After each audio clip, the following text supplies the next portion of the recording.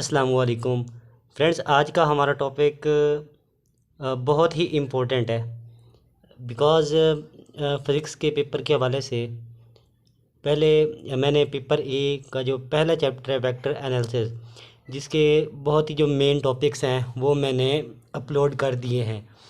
लेकिन काफ़ी सुजेशंस आई। कुछ दोस्तों ने मुझे कॉल करके कहा कि ये तरीका मतलब वेल डिफ़ाइन नहीं है, तो उन्होंने ये बताया कि जो 5 ईयर में क्वेश्चन आ चुके हैं आप वही रिपीट करवा दें। तो मैं जो क्वेश्चन मैं आपको करने लगा हूँ ये आपको सामने नज़र आ रहा है। Derive the relation for terminal speed when a resistance varies as a single power of velocity. अच्छा, ये 5 नंबर का क्वेश्चन है chapter number 2 dynamics, particle dynamics में से। और इसका जो सेकंड पार्ट भी है न्यूमेरिकल, वो ये आया है कि prove that ratio of the maximum height and range H और R is equal to 1/4 tangent theta. इस वीडियो की एंड पे मैंने इस न्यूमेरिकल का सलूशन भी दिया हुआ है और ये वेरी वेरी इंपॉर्टेंट है, तो इसको लाजमी देखना है आपने। ये वीडियो के एंड में है। अच्छा, ये देखें, ये बिल्कुल गलत लिखी हुई है। यहाँ पे ये 1/4 टेंजेंट नहीं आना, ये बल्कि 1/4 टेंजेंट थीटा आएगा। टेंजेंट थीटा डिनोमिनेटर में नहीं आता, नोमिनेटर में आता है। ठीक है, ये आपने यहाँ पर मिस्टेक है, बाकायदा मैंने वेरीफाई किया है बुक से। अच्छा, तो ये वाला टॉपिक आज हमने डिस्कस करना है। ये देखें 5 नंबर का आया हुआ है और ये 3 नंबर का। ये इसी तरह बाकी सारे मैं आपको करवा दूंगा। आप प्लीज़ मेरे चैनल को सब्सक्राइब कर लें, ठीक है। अच्छा, पहले ये देखें कि जो टर्मिनल वेलोसिटी है उसके हमारे पास 2 केसेस होते हैं। एक केस होता है स्केयर ऑफ पावर में और दूसरा होता है सिंगल पावर में। जब वेलोसिटी ये केस आ गया ना, ये define drive the relation for terminal speed. भी टर्मिनल स्पीड का हमने एक केस डिफाइन करना है, उस और ड्राइव करना है। वो कौन सा केस है? व्हेन ए रेजिस्टेंस, मतलब जब हवा की जो रेजिस्टेंस है कहाँ वेरीज करती है? सिंगल पावर पर। ठीक है, मतलब ये है कि जो ड्रैग फोर्स है एफ डी वो डायरेक्टली प्रोपोर्शनल होगा सिंगल पावर वी के, क्योंकि उसने यहाँ पे मेंशन कर दिया। ठीक है, तो इसलिए हम रिस्पॉन्सिबल है कि हम केस 1 डिस्कस करें। ठीक है। अच्छा, और दूसरा केस है वो भी बहुत इंपॉर्टेंट है एग्जामिनेशन पॉइंट ऑफ व्यू के हवाले से। वो नेक्स्ट वीडियो में वो करवा दूंगा आपको। ठीक है, तो ये देखें, ये 2015 में आया है सप्लीमेंट्री में, फिर 2015 के एनुअल में भी आया है, 2016 के 16 में भी आया। इसी तरह सिमिलरली आगे भी आता रहा है, पीछे भी आता रहा है। ठीक है, तो ये देखें, ये सवाल मैंने यहाँ पे ऑलरेडी लिख दिया है ताकि वीडियो ज़्यादा लेंथी ना हो। ठीक है। Derive the relation for terminal velocity when a resistance varies as a single power of velocity. ठीक है, ये आपको पता चल गया। तो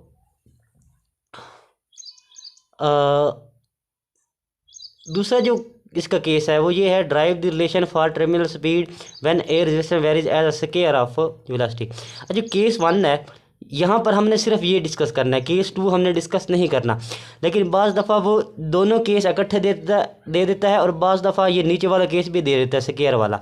तो ये उसकी मर्ज़ी होती है कि कौन सा वो केस दे। यहाँ पर उसने पहला केस दे दिया। ठीक है, पहला केस भी आ सकता है, दूसरा भी आ सकता है और ये दोनों भी आ सकते हैं। लेकिन हम यहाँ पर सिर्फ पहला केस करेंगे जहाँ जो पावर ऑफ वेलोसिटी है वो सिंगल है, 1 है। ठीक है, तो केस 1 हम पढ़ते हैं। ठीक है, देखें, जब a resistance varies as a single power of velocity. अच्छा, हम इसमें ये सपोज करते हैं कि हमारे पास एक बारिश का कतरा जब बादल से गिरता है, तो जिस वक्त वो गिरने लगता है तो उस वक्त जो उसकी इनिशियल वेलोसिटी होती है वो 0 होती है। तो सजेस्ट कर लेते हैं वो टाइम टी पर 0 होती है। ठीक है, तो यहाँ पर ये देखें, suppose a rain drop falls with initial velocity v0 is equal to 0 at time t। ठीक है, उसके बाद है उसमें 2 फोर्सेस एक्ट अपॉन होगी।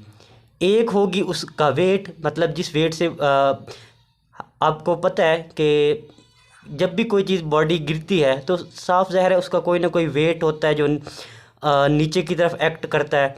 ठीक है, और जो रेजिस्टेंस की फ़ोर्स होगी वो उसको ऊपर की तरफ मतलब खींचेगी। तो वो जो ऊपर की तरफ खींचेगी वो ड्रैग फोर्स होगी। ठीक है, वो होती है सिंगल, इस केस में सिंगल वेलोसिटी के, सिंगल पावर ऑफ वेलोसिटी के डायरेक्टली प्रोपोर्शनल है। ठीक है, तो इस पर दो तरह की फोर्सेस अमल करेंगी, एक वेट ऑफ बॉडी होगा मतलब उसका अपना वजन, और दूसरा ड्रैग फोर्स होगी। ड्रैग फोर्स उसने खुद दी हुई है क्योंकि केस 1 है सिंगल, उसने बताया कि सिंगल में करना है, सिंगल पावर में।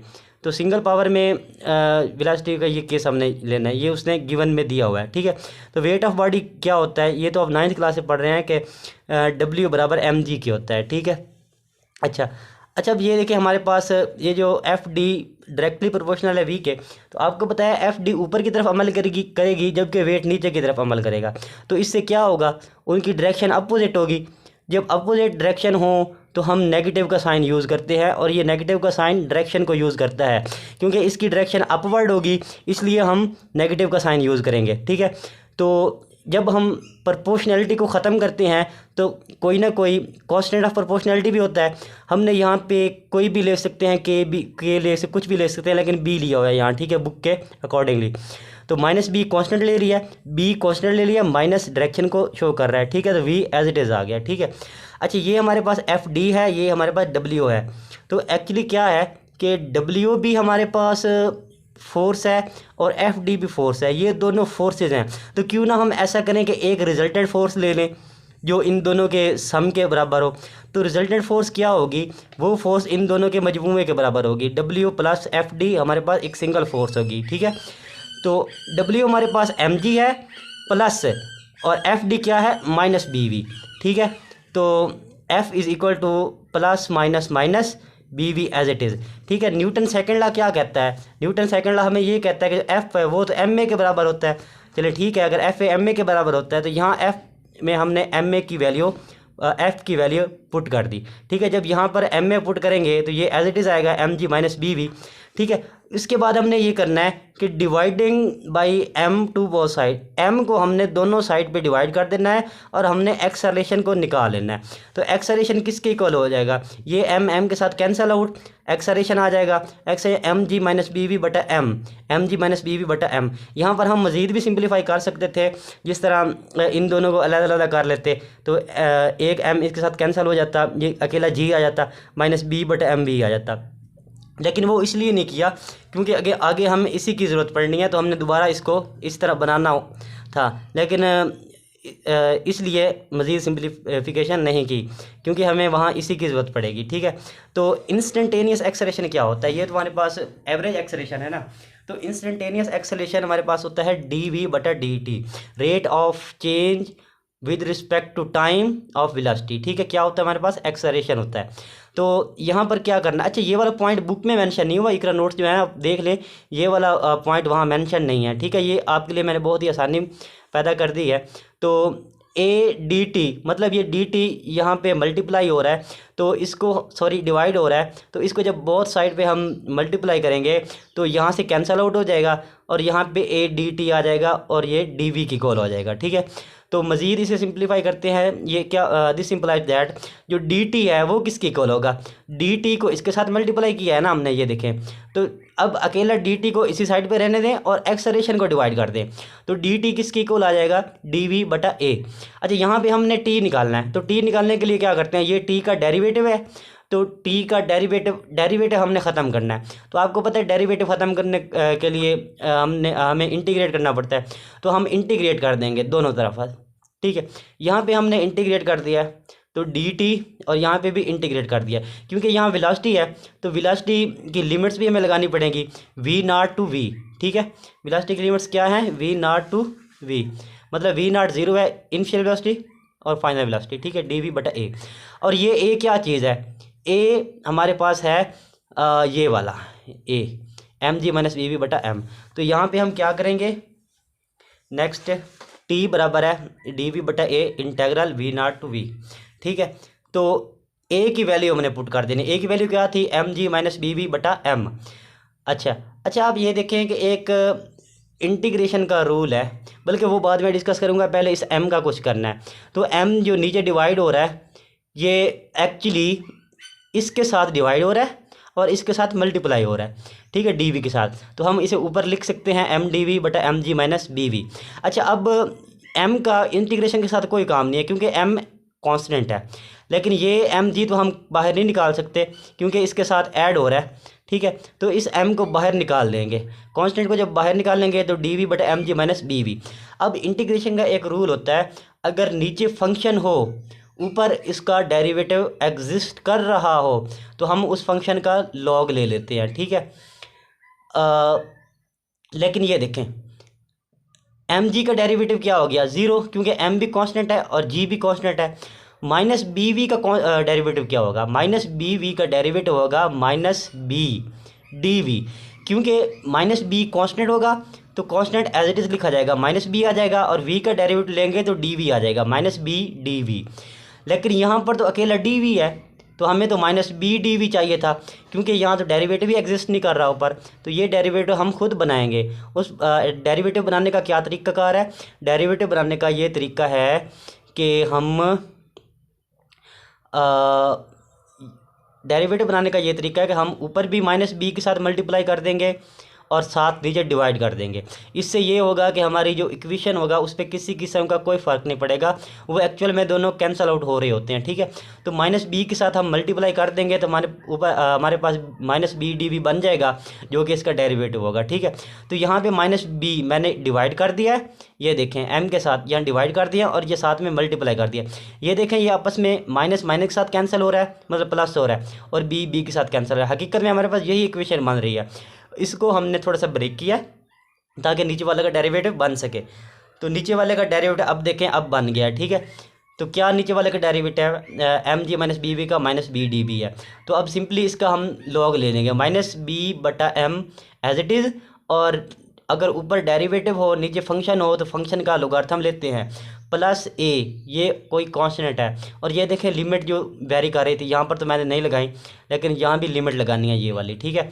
तो v nought is equal to zero है, क्योंकि इब्तदाई वेलोसिटी ज़ीरो थी, इनिशियल वेलोसिटी, तो ये फाइनल वेलोसिटी है, ठीक है। Plus a is a constant of integration. अब हमने ए को डिटरमाइन करना है, तो ए को डिटरमाइन करने से पहले क्यों ना हम ये जो अपर लिमिट और लोअर लिमिट है इनको पुट कर लें, ठीक है। तो इनको पुट कैसे करेंगे, सबसे पहले वी वाली जगह पे पुट करना है, क्योंकि यहाँ पे हमारे पास वेरिएबल वी है, क्योंकि integrate with respect to v किया था हमने। तो वी को वी वाली जगह पे पुट करना है, तो ये क्या आएगा, वी को जब वी की जगह पुट करेंगे तो एज इट इज़ आ जाएगा, ठीक है। Log M G minus B, v की जगह पे वी आ गया। उसके बाद ये फंडामेंटल लॉ है, वो ये कहता है कि पहले अपर लिमिट पुट करनी है माइनस फिर लोअर लिमिट पुट करनी है। माइनस फार्मूले वाला आ गया, फिर log M G minus b और वी की जगह पे ज़ीरो पुट किया, ज़ीरो पुट करेंगे तो ये सारा ज़ीरो हो जाएगा, ठीक है। Plus a is a some constant of integration. अच्छा, इसको हम बाद में डिटरमाइन करेंगे, ठीक है।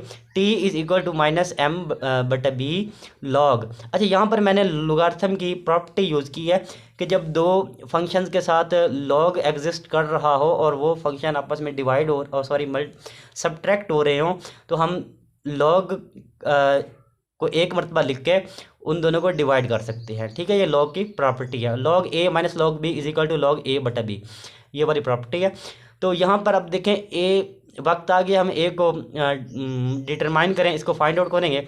ए is a constant of integration, to determine A वो यूज़ इनिशियल कंडीशंस। ए को हम फाइंड आउट करने के लिए इनिशियल कंडीशंस यूज़ करेंगे। इनिशियल कंडीशंस क्या थी कि जब टाइम टी ज़ीरो था तो वेलोसिटी भी ज़ीरो थी, ये हम पुट कर देंगे इसमें। अब ये देखें टी हमने जब यहाँ पे पुट करेंगे ज़ीरो तो ये सारा ज़ीरो हो जाएगा, माइनस बी बटा एम एज इट इज़, और log M G minus B we बटा एम। यहाँ पे हमने वी की जगह पे ज़ीरो पुट करना है। जब वी की जगह पे ज़ीरो पुट करेंगे, क्योंकि ये देखें ना टाइम टी पर वेलोसिटी ज़ीरो हो रही है, तो माइनस एम बटा बी, बाकी सारा एज इट इज़ आ गया, सिर्फ और सिर्फ जहाँ पे वी है वहाँ पे ज़ीरो पुट कर देंगे, ठीक है, प्लस से। तो ये एम जी बटा एम जी हो जाएगा, और एम जी के साथ कैंसिल होगा तो हमारे पास log 1 आ जाएगा, ठीक है। और log 1 किसके इक्वल होता है, log 1 ज़ीरो के इक्वल होता है, ठीक है। log 1 तो ज़ीरो हो जाएगा, माइनस बी बटा एम ज़ीरो प्लस ए, ये भी सारा ज़ीरो हो गया, तो ए हमारे पास ज़ीरो आ गया, ठीक है। अब हम ए जो ज़ीरो आया है वो वापस इस इक्वेशन में पुट कर देंगे इसमें, तो हमारे पास T is equal to minus M बटा B log M G minus B we बटा एम, ये आ जाएगा, ए ज़ीरो हो जाएगा, ठीक है। तो ये देखें ये इक्वेशन हमारे पास बन गई है। Equation B becomes T is equal to minus M बटा B log M G minus B we बटा एम जी। अच्छा, अब हम इसको सिंप्लीफाई करेंगे।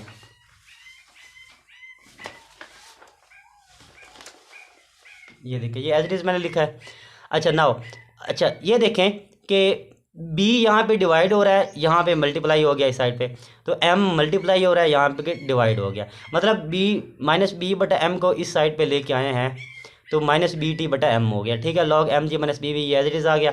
अच्छा अब हमने इस लॉग को ख़त्म करना है। लॉग को ख़त्म करने का क्या तरीका है, दोनों तरफ एंटी लॉग के साथ हम मल्टीप्लाई कर देंगे। तो यहाँ एंटी लॉग के साथ मल्टीप्लाई करेंगे, तो एंटी लॉग का ये तरीका है कि जो जिस फंक्शन के साथ एंटी लॉग लोगारिथम मल्टीप्लाई होता है वो उसकी पावर बन जाता है, और यहाँ पे लॉग कैंसिल हो जाएगा एंटी लॉग के साथ। ठीक है, अब ये जो एम जी है ये इस साइड पे आके मल्टीप्लाई हो गया। ठीक है, एम जी इस साइड पे आके मल्टीप्लाई हो गया, तो माइनस बी टी बटा एम, एम जी माइनस बी वी। ठीक है, अच्छा उसके बाद ये मैंने एज इट इज़ लिख दिया है, तो एम जी ये जो माइनस बी वी है ये इस साइड पे आके प्लस हो गया। ठीक है, ये अकेला एम जी की को रह जाएगा, लेकिन मुझे यहाँ से वेलोसिटी फाइंड आउट करनी है। तो वेलोसिटी को फाइंड आउट करने के लिए b v as it is लिखेंगे, तो इस m g e raise to minus b t बटा एम इसको हम उस साइड पे लेके जाएंगे, तो यहाँ के माइनस हो जाएगा। तो बी वी किसके इक्वल आ गया, एम जी। एम जी दोनों में से कॉमन है, तो पीछे वन बच गया, one minus e raise to b t बटा एम। ठीक है, तो b v m g one minus e raise to minus b t बटा एम। तो वेलोसिटी किसके इक्वल आ गई, ये बी को हम उस साइड पे जाके डिवाइड कर देंगे, तो ये इस चीज़ के इक्वल आ गई। अब थोड़ा सा और सिंप्लीफाई करना है, ये देखें आफ्टर लॉन्ग टाइम टी, जब हम टी की वैल्यू को ही नहीं पता, इन्फिनिटी तक जाएगी, तो टी किसके इक्वल होगा, टी अनडिफाइन होगा, टी का हमें नहीं पता। तो लॉन्ग टाइम के बाद क्या होगी velocity, v is equal to, मतलब ये देखें इसको मैंने नीचे जाके डिवाइड कर दिया बी टी बटा एम। ठीक है, तो ये टी टाइम इन्फिनिटी पुट करेंगे। ठीक है, जब टाइम इन्फिनिटी पुट करेंगे तो ये ई की पावर टी, ई की पावर इन्फिनिटी, तो ये सारा क्या हो जाएगा, ज़ीरो हो जाएगा। ये जब सॉरी इन्फिनिटी होगा तो वन ओवर इन्फिनिटी ज़ीरो के बराबर होता है। ठीक है, एम जी बटा b into one minus one over infinity, one over infinity zero के बराबर होता है, और ये वन आ गया। ठीक है, और जब वन के साथ इसको मल्टीप्लाई करेंगे तो हमारे पास V is equal to M जी बटा बी। ये हमारे पास वेलोसिटी थी किस केस में, जब वी की सिंगल पावर हो। ठीक है, इसके साथ ही आज का हमारा लेक्चर ख़त्म होता है।